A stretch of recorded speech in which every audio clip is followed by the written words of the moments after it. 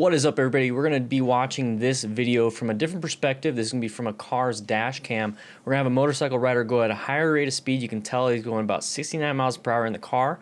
This Harley or cruiser rider, there he goes, is going to go fast. This other vehicle is going to merge over to the next lane, and he's going to hit the vehicle. We're going to go over what happened and why this is very common, and we need to prevent this for ourselves. If you'd like to chat with me and other DDFM crew members, swing on by the Discord. It's an absolute free service and allows you to get in contact with me and others around the world. More information at motorcycleridingtips.com. So the main concern that we have on the interstates are going to be the higher speeds, and when we have higher speeds, we're going to have less of a space cushion. We're going to have less of a reaction time and distance.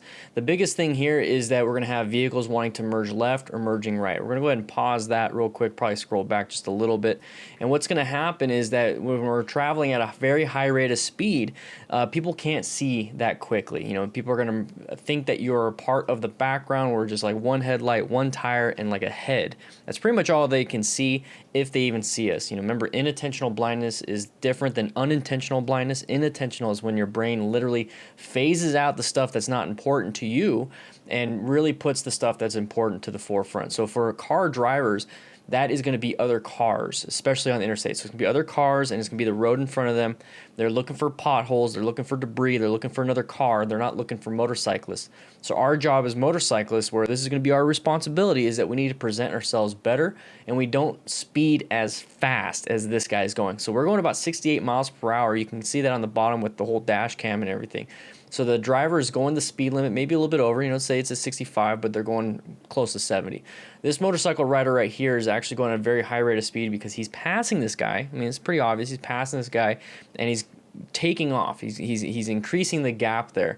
So this white car up ahead is going to be wanting to merge to the left, and you kind of see it here where it says shoulder closed.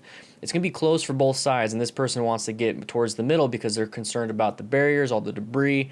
Trust me, when I've been riding and driving, if you get close to the sides of the shoulder, especially in construction zones, you're going to have a greater chance of any type of weird debris like gravel or pieces of metal, screws.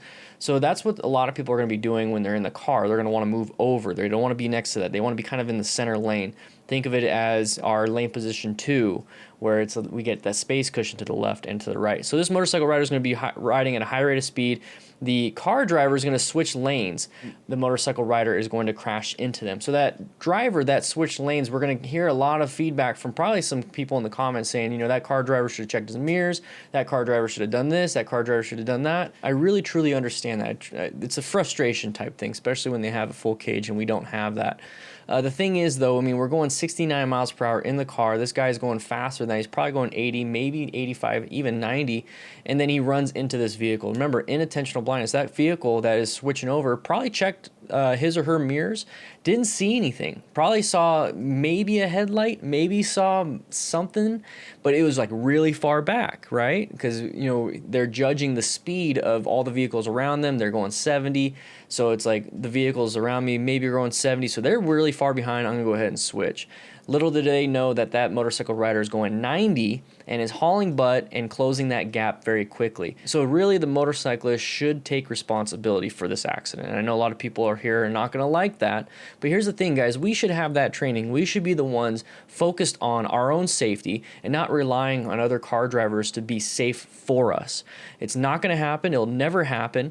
It's been that way forever.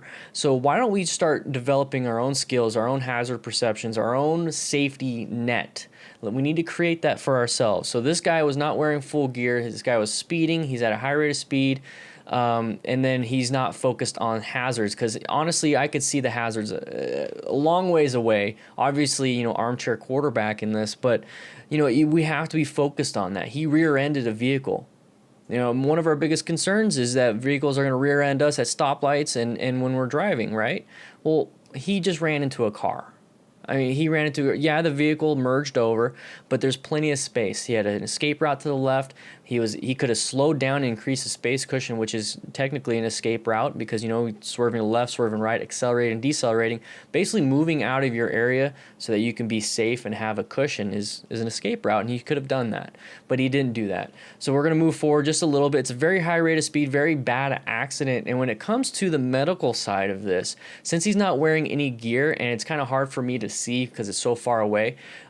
He's gonna have massive road rash, very bad road rash. We're talking like, you know, past grade 1, level 1 road rash. We're talking level 2, level 3, second and third degree road rash, where he's going to have flesh missing. He's going to have possibly all the way down to the bone in certain spots because of this high rate of speed and how far he slid. He's going to be rocking back and forth. He's obviously in some type of pain. He's going to be not able to get up. He tries to, so that means there's going to be some structural damage to the body itself. And if he's going to be rocking back and forth and holding his arm and stuff around him, I talked about this in a different video, but it's called guarding. And that is an involuntary thing. That's just something that naturally happens where you're guarding either a broken bone or your abdomen or whatever it is. So when you get punched in the stomach, you hold your stomach. So that's guarding right there. Luckily, everybody stopped. And the way I look at this is actually really good for the motorcyclists, is that we have two vehicles blocking traffic. This is something that we want to do ourselves for somebody else, is block traffic. Yes, we could possibly get hit. Remember, there's a high rate of speed interstate. You know, people hopefully behind us are slowing down, right? So we're starting to get ourselves in a high risk, high situation. So if you're the motorcyclist, this is an emergency area. This is not a safe place. The safest place on this spot, there's really no shoulder, right? Because you have the barriers, is to actually hop on over and get out of there. You don't want to get hit. You really don't want to get hit. So we're in a very difficult and unlucky position, but we put ourselves in that situation. We put ourselves in that position. And if we're going to be basing our safety on other drivers, you know, merging and not hitting us and doing all that stuff while we speed and not really care about our skills, now we're also doing that when it comes to this. Imagine one of these car drivers getting hit in the back because you crashed and they had to stop to prevent hitting you.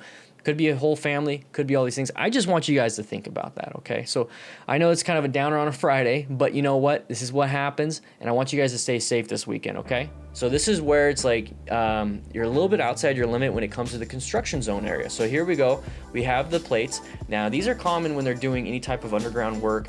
They have to cover it up, you know, when they do any piping, and then they're going to go ahead and finish it up later. We actually have quite a bit out here in Tucson right now, kind of where I live. These right here